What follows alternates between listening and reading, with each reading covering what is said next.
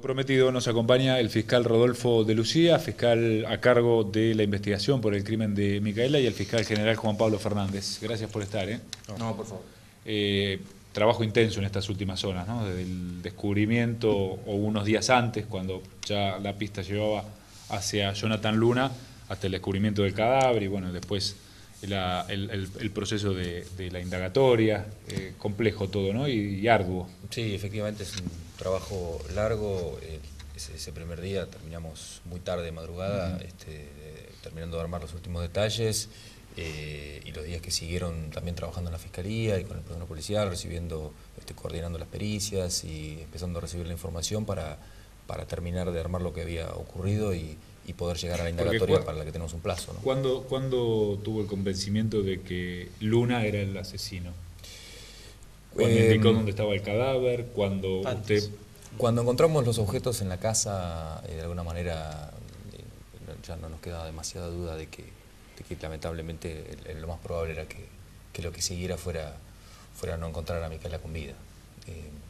Un poco en ese momento, si bien ya con lo que teníamos de Facebook, de algunos diálogos, nos daba la impresión de que la historia era bastante negativa ya a esa altura. Hasta ese momento teníamos una esperanza un poco más sólida de que simplemente pudiéramos no encontrarla. Claro, porque al rastrear el Facebook, que después vamos a hablar toda una historia con el tema de Facebook y las nuevas tecnologías, al llegar a la casa de Luna, si la chica no estaba secuestrada, la otra opción era que estuviera muerta, ¿no? Básicamente, si no teníamos la expectativa de que estuviera Micaela ahí, por lo que teníamos la información de la testigo, que fue la que nos conduce a esa vivienda, porque tenía cierto conocimiento de lo que había pasado o de lo que le habían contado, lo que había visto, era que íbamos a encontrar algunas pertenencias de la nena. Claro, bueno, y después él espontáneamente los guía hacia el cadáver. Efectivamente, hacia la zona en realidad. No sé si es porque era de noche o porque no estaba él mismo muy seguro de dónde era. Fue imprescindible la asistencia de los perros de policía que rastrearon la zona y terminaron dando con el cuerpo. ¿Y tenía las cosas escondidas de Micaela en la casa o estaban ahí a simple vista? Relativamente, el teléfono estaba entre unas ropas y la planchita de pelo estaba escondida. Ajá. Tampoco no había mucho por buscar, porque no, era una vivienda muy humilde, de 4 metros cuadrados. La revisión se hizo con policía científica desde el inicio del allanamiento, pero no fue un rastrillaje demasiado complejo. Ahora, ¿y él estaba ahí? Sí, alguna parte de la diligencia la presenció, como puede hacer si quiere cualquier persona en un allanamiento. Ahora, ¿qué habrá pasado? A mí siempre me intriga pensar qué habrá pasado por la cabeza de este delincuente, ¿no? Primero, bueno, montar todo este engaño, llevarse a Micaela a un descampado, matarla de la manera que la mató, a golpes y estrangulándola con una remera, y después dejarla tirada como un perro, atada, y después llevarse un teléfono viejo y una planchita de pelo. O sea, es una cosa que es inimaginable, doctor Fernández, ¿no? Sí, bueno, evidentemente estamos ante una personalidad perversa, ¿no?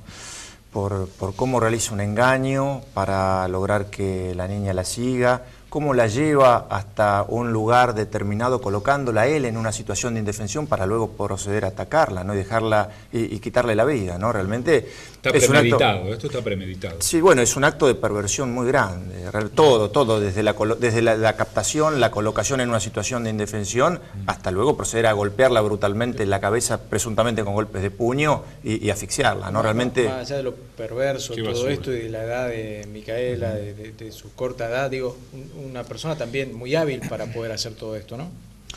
Hábil, bueno, la habilidad propia del manejo de las redes sociales, que también en realidad es una práctica que hoy en día hasta niños ¿no? Manejan fluidamente las redes sociales, pero bueno, realmente la forma de proceder muestra realmente una personalidad altamente psicopática. Claro, es un psicópata. Él tenía nombres, se hacía pasar por nena o por nene, dependía lo que él, digamos, lo que le pintaba, hacía desde el Facebook, ¿no? Y 3 meses antes de este episodio se había hecho amiga a través de la red social de Micaela, con este nombre, Rochi de River. Efectivamente, eso es lo que nos informa el organismo, que es una suerte de Missing Children de Estados Unidos, que es un organismo que que se encarga de coordinar esfuerzos en la búsqueda de chicos extraviados y de prevención y lucha contra la explotación infantil. O sea, 3 meses haciéndole la psicológica hasta que vio en un momento que, claro, esta chiquita se había peleado, como cualquier pelea de una nena o preadolescente, con su mamá, y vio el momento justo, ¿no? Dijo, esta chica se peleó con la mamá, se quiere ir de la casa, y ahí saltó el lobo, ¿no? Efectivamente, arrancan una relación, por el informe que nos llega, hacia fines de febrero de este año. No sabemos cuáles son los diálogos intermedios, pero en algún momento Micaela, por una cuestión de una pelea familiar de poca trascendencia, evidentemente, se contacta con él para ir a su casa. Claro, porque ella estaba convencida que hablaba con una nena de su edad. Exactamente, es lo que creemos. Tenemos que terminar de confirmarlo, pero esa es nuestra línea de lo que ocurrió. Y este hombre, haciéndose pasar por una nena, le dice, pero yo no te puedo ir a buscar, te voy a ir a buscar un familiar. Entonces, para que ella aceptara ir de buena gana con este hombre que desconocía, ¿no? Exactamente, por eso el planeamiento es bastante claro. Lo que creemos cómo fue la maniobra, que Micaela pensaba que estaba con el primo de una supuesta amiga que lo estaba llevando a la casa de ella. Claro. Por eso ella camina confiada, digamos, sin conocer a quién la lleva, pero confiada porque me va a llevar a la casa de mi amiga, a mi amiga virtual. Ahí está el riesgo, ¿no? Esto es para parte del problema para que todos aprendamos de esto, ¿no? Y que controlemos y que sepamos qué hacen nuestros hijos. Si es que puede hablarse de algo bueno en toda esta tragedia, es que he visto en estos últimos días una concientización muy grande desde las escuelas y desde también de ver a Mónica, a la mamá de Micaela, hablando mucho de esta cuestión, llevó de golpe como a un redescubrimiento de la cuestión del peligro que hay a veces en las comunicaciones virtuales. Tiene que haber continuidad y hay que avanzar sobre eso. Es un punto de partida lamentable por una desgracia, ¿no? Este chico puede haber cometido otros hechos parecidos, similares, no con este trágico final, pero tranquilamente. Es posible que por lo menos contactos dentro de lo que sería algo más propio del grooming, de contactarse con alguna intención de abuso que tal vez no se hayan concretado, pero que sería suficiente para esto, pueden haber ocurrido. También había informado una causa en la cual tenía una rebeldía por abuso sexual, ¿no? Sí. Habría que ver cuál ha sido el resultado de eso, pero tenía parte de la causa en la cual fue condenado. Y después estaba imputado en un abuso. Había por lo menos 2 causas en la cual se le había declarado la rebeldía. Una era por abuso sexual y otra por robo. De forma tal que, bueno, antecedentes sobre la materia tenía, aparte de aquel antecedente que lo había llevado a la cárcel. Claro. ¿Qué es lo que por ahí se comenta cuando uno habla sobre este tema? Ya te doy, Germán. Hay mucha gente que no confía del testimonio de la mujer, de la pareja, que la pareja ha tenido algo que ver, que es cómplice de todo esto. Claro. No sé cómo lo analizan ustedes, o usted, fiscal, que estuvo más empapado en toda esta situación. Y después, ¿todo lo que hizo, lo hizo solo? Con respecto a la testigo, hoy es el carácter de ella para nosotros es esa, la de una testigo que nos aportó mucha información, que nos permitió directamente hablar con la persona, y es una clave en la imputación que manejamos respecto de Luna. Con respecto a una posible complicidad no tenemos ninguna idea por el momento. ¿Por qué espera hasta el momento en que nosotros damos con ella para contarlo? Es una cuestión que es difícil de especular por qué esa razón. Pero es importante señalar que para que se le pueda reprochar penalmente algo, tiene que ser partícipe, realizar algún aporte al hecho. El solo conocimiento no constituye delito, y por no tratarse de una funcionaria pública no tiene la obligación de denunciarlo. Es una cuestión moral en todo caso, ¿no? Seguramente hay una cuestión moral grave allí, pero la moral y el derecho no siempre caminan por la misma senda, ¿no? Para que desde el punto de vista penal se le pueda reprochar algo, tiene que haber realizado algún aporte, ya sea concomitante con el hecho para ello, o de haber ayudado, favorecido, ya sea personal o realmente escondiendo cosas, etcétera, al imputado, ¿no? Sí, cosa además, que no se ha demostrado que lo haya hecho. El tema del encubrimiento entre pareja o entre familiares muy directos tampoco es punible. No es punible. Pero de todas maneras hay mucha gente que no le cree, pero ella cuenta que fue muy golpeada, se lo ha dicho al fiscal en su declaración y nos lo ha dicho a nosotros en el reportaje que le hicimos, que ella vivía siendo golpeada por este sujeto que era muy violento, y que es más, el día que ella ve la cámara de seguridad que salía en los medios, dice, pero ese sos vos. Y ahí la golpea, la vuelve a golpear, la amenaza y le dice textualmente: cerrá el culo porque te voy a cagar matando, así. Eso le dijo. Y también es importante que, ni bien fue citada a prestar declaración en la Fiscalía, sí cumplió perfectamente con esa carga pública. Colaboró, ¿no? Que ahí sí tenía la obligación de colaborar y colaboró en el momento que fue citada. Claro, porque ella cuenta que indaga a su pareja y le dice: ¿vos le robaste? Sí, le robé. ¿No la mataste? No, no la maté, solamente le robé a Micaela. Eso es lo que le termina admitiendo, ¿no? Digamos, no el homicidio, pero sí el robo. Tal cual. Pero ella, bueno, está convencida, también lo dijo, está convencida de que fue el autor del crimen, ¿no? Exactamente, sí, por eso fue muy determinante del resto de la investigación poder dar con esta mujer y que nos contara lo que sabía. ¿Y él borra evidencia? De Luna, quema ropa. Efectivamente, lo que nos cuenta, parte de lo que nos cuenta la testigo es que el mismo día del hecho, que luego evidentemente retrospectivamente lo puede recordar, supuestamente quema su propia ropa, Luna. Que era en la que había quedado filmado, de espaldas, pero había quedado filmado. Efectivamente. Claro. Faltan algunos estudios claves de la autopsia y demás, algunos resultados de laboratorio que van a ser... Efectivamente, son resultados que esperamos esta semana y también resultados de lo que se secuestró en el domicilio, también los teléfonos celulares, el del propio Luna, el que encontramos de Micaela, van a ser peritados en estos días, y también, bueno, el resto de las pericias bioquímicas o genéticas eventualmente, si hiciera falta, vamos a ir teniendo los resultados con el transcurso de los días. Ayer, ante usted se negó a declarar, que le dijo: no voy a hablar. Habló con su abogado, igual es casi de uso en esta clase de imputaciones, de esta gravedad, y con causas que tienen una complejidad de análisis que el defensor a veces la ve un rato antes de tener que asistirlo, teniendo en cuenta que el imputado tiene el derecho de declarar todas las veces que quiera durante la investigación. A veces lo más prudente es que se niegue a declarar, pero efectivamente, ante la pregunta... Sí. No, digo esto porque en el transcurso, la noche del sábado, donde se descubre todo esto, se lo detiene a Luna, se descubre el cadáver, él hace algunas manifestaciones espontáneas, no ante el fiscal, pero sí ante algunos otros testigos, entre ellos algunos policías, en donde dice: y la maté porque no quiso tener relaciones sexuales, ¿no? Esta es la manifestación, que no sé qué valor jurídico puede tener, porque no se lo dijo usted, pero bueno, es la manifestación espontánea que hizo ante un grupo de personas, ¿no?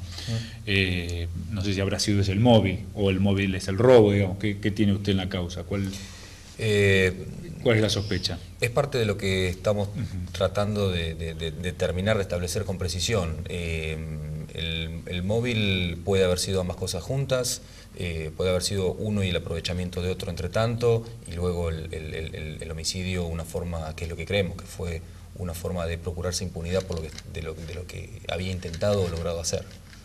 Hay una versión de gente que estuvo en el lugar trabajando, que dice que habría intentado esconder el cadáver de Micaela en una alcantarilla, pero que no pudo, y que bueno, lo dejó donde apareció, porque habría ciertos movimientos, no sé qué habrá visto la policía científica como para hacer esa conclusión, ¿no? Había una alcantarilla, usted estuvo ahí. Efectivamente, era poco lo que se veía, y tenemos que analizar bien justamente lo que se estudió y lo que se levantó de rastros del lugar, concretamente de la escena del crimen, para... Justamente es una de las cosas que tenemos que estudiar, a ver qué surge de esos. Él supuestamente la mata el mismo sábado, o sea, se encuentran encuentran el sábado de la mañana, van caminando por donde está filmado, van por Don Bosco, y después derecho por las vías hasta el lugar donde encuentra la muerte de la chiquita, ¿no? Es lo que creemos que pasó, es lo que le imputamos, básicamente. Son varios kilómetros, caminaron mucho. Calculamos que es una caminata aproximadamente que puede ser seguida de 1 hora y media, aproximadamente deben ser unos 8 kilómetros desde la rotonda de Don Bosco, por ejemplo. ¿Siempre por la vía? Creemos que fueron por la vía, por algunos otros elementos que hay en la causa. Pero bueno, si fueron por la vía no hay registro de cámaras. Efectivamente, y digamos, no lo sabemos por dónde fueron. Creemos que es muy posible que hayan ido por la vía. Para que la gente se ubique, por el ACA de Bordeu, ahí está el paso a nivel, donde es Camino Sexbicentenario, hoy Ruta 33, bueno, todo por allí pasaron. Lo que habrá, no sé, minutos antes de ser atacada de esta manera tan brutal, lo que habrá pasado por la cabeza de esta chiquita, ¿no? Yendo a un lugar que evidentemente sabía que allí no iba a encontrar a su amiga, ¿no? Debe haber sido tremendo. Uno piensa en esta situación y lo conmueve, ¿no? Sí, por supuesto. ¿Y ahora cómo sigue? Le pregunto porque la calificación es, digamos, le tiró, como se dice comúnmente, el Código Penal por la cabeza a usted a Luna, o sea, es una acusación fuerte que en un juicio oral se traduce en perpetua. Efectivamente. Le digo esto porque hay algunos abogados defensores que están hablando por ahí, que dicen, homicidio simple, 8, 10 años lo saco.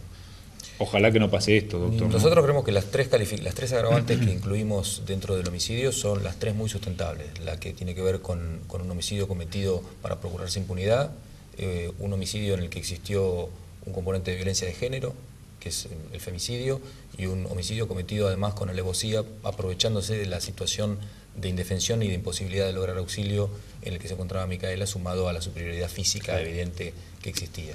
Entendemos que son las tres calificaciones razonables y defendibles y sostenibles en la imputación.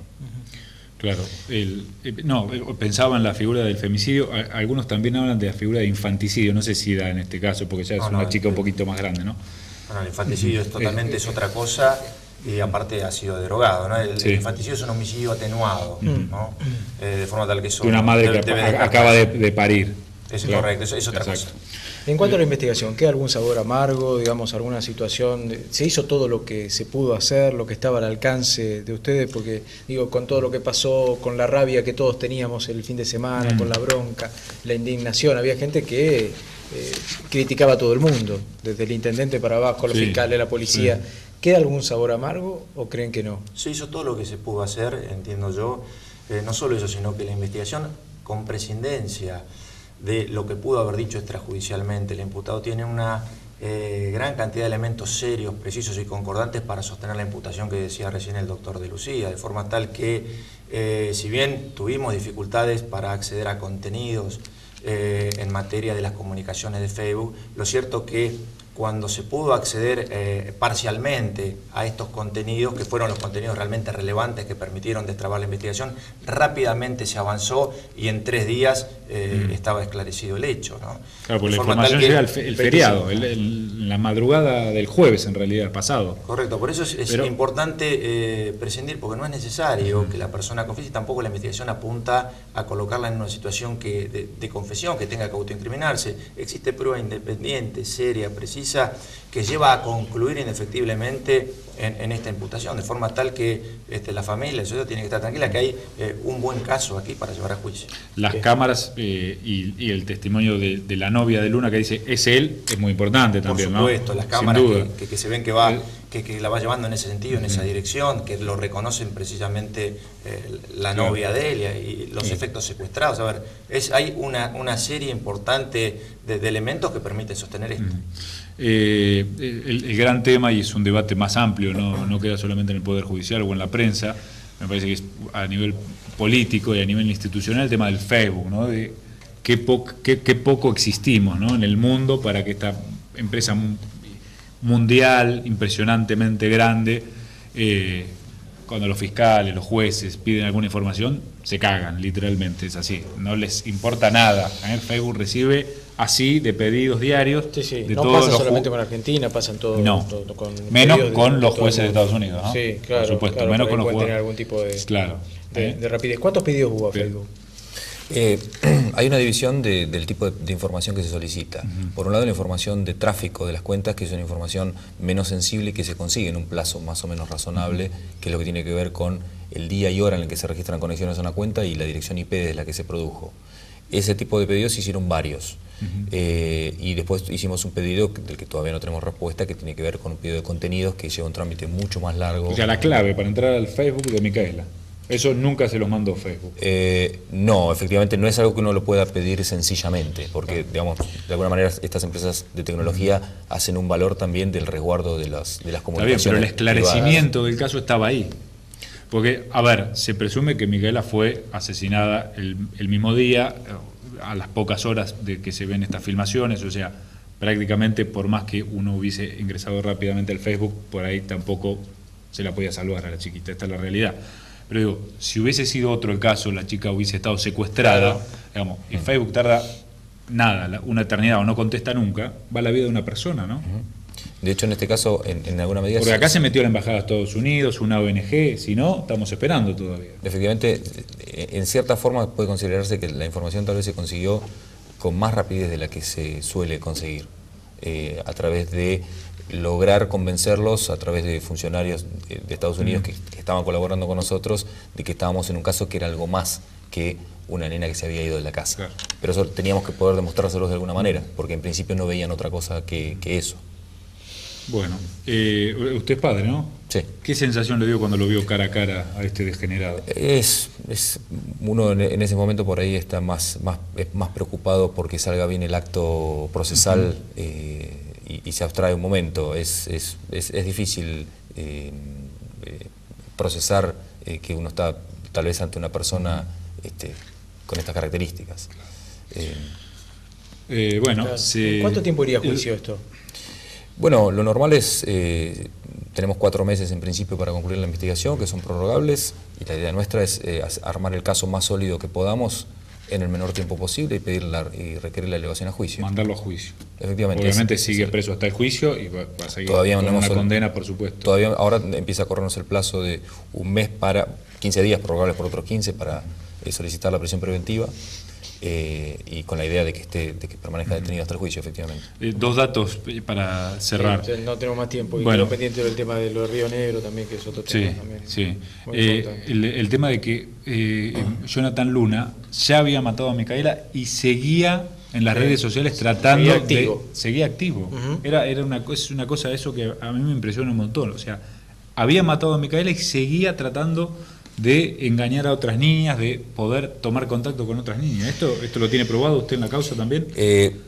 Sabemos que de la existencia de estos casos, y de hecho se nos consultó desde estos funcionarios que estaban colaborando con nosotros de Estados Unidos, la posibilidad de chequear qué otras cosas pueden haber ocurrido incluso les interesa saber qué pasó hacia atrás también en este último año. Una cosa terrible, no tenía freno. Feminicida tiene 26 años. Un dato que nos da aún más bronca. 26 años y le dan perpetua. ¿Cuándo, con buena conducta, cuándo está afuera? Hay que tener en cuenta que es reincidente, de forma tal que no le corresponde la libertad condicional. Bueno, se lo agarra el juez Chirino, ¿no? Capaz que se le da. Porque era una persona que estaba cumpliendo pena y había cumplido parte de esa pena. De forma tal que al ser reincidente no le correspondería la libertad condicional. La perpetua en principio debiera ser perpetua. Se deberían cumplir todos los años. Es un dato ese. Por lo menos en principio. 35. Perpetua. ¿Está bien lo que digo? En principio es perpetua, es decir, no debiera acceder a un beneficio de libertad condicional. Es cierto que hay jurisprudencia en función del cual las penas perpetuas son inhumanas y debieran atemperarse, pero en principio... Sí, inhumana lo que hizo él, ¿no? Inhumano lo que hizo él. Totalmente. Acá creo que hay un solo caso de perpetua que es Robledo Puch, ¿no? Que está todavía... Por eso, yo creo que en este caso en particular, tratándose de un reincidente, la perpetua debiera ser perpetua. Claro, pero la gente ya, digamos, está curada de espanto, porque dice, ¿escuchan? Sí. Mató, quemó a una chica en la parrilla, la descuartizó, esparció los restos por todo Ingeniero White, 9 años, ya está fuera. Elizabeth está fuera. Vamos, a uno le hacen pensar estas cosas, digo. Te agarra un juego como Chirino y te dice, no, se porta bien en la cárcel, es bueno, tiene conducta 10, hay que reinsertarlo en la sociedad y te lo larga, ¿no? Y vuelve a hacer lo mismo. Sí, igual la diferencia con esos casos es que no eran reincidentes, esta persona ya había purgado pena, ¿no? Y es un dato que no es menor. Es importante a la hora de la condena. A la hora no solo a la hora de la condena, sino a la hora de obtener beneficios como la libertad condicional o salidas transitorias. No los va a tener. No debiera. No debiera, por lo menos. Bueno, vamos a estar atentos porque esto va a ser dentro de algunos años, pero no nos vamos a olvidar de Luna. El señor Luna estaba tratando de indicar dónde había matado a Micaela y se quejaba del frío. Dice, no, yo así no puedo caminar. Entonces tuvieron que ir a una estación de servicio a pedir una campera en el ACA de Bordeaux.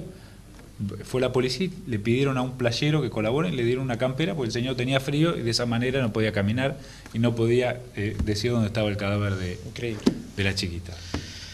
Bueno. Más hijo de puta no se puede ser. Vos lo dijiste bien. Gracias por haber pasado por la brújula, muy amables. ¿Nada más? No.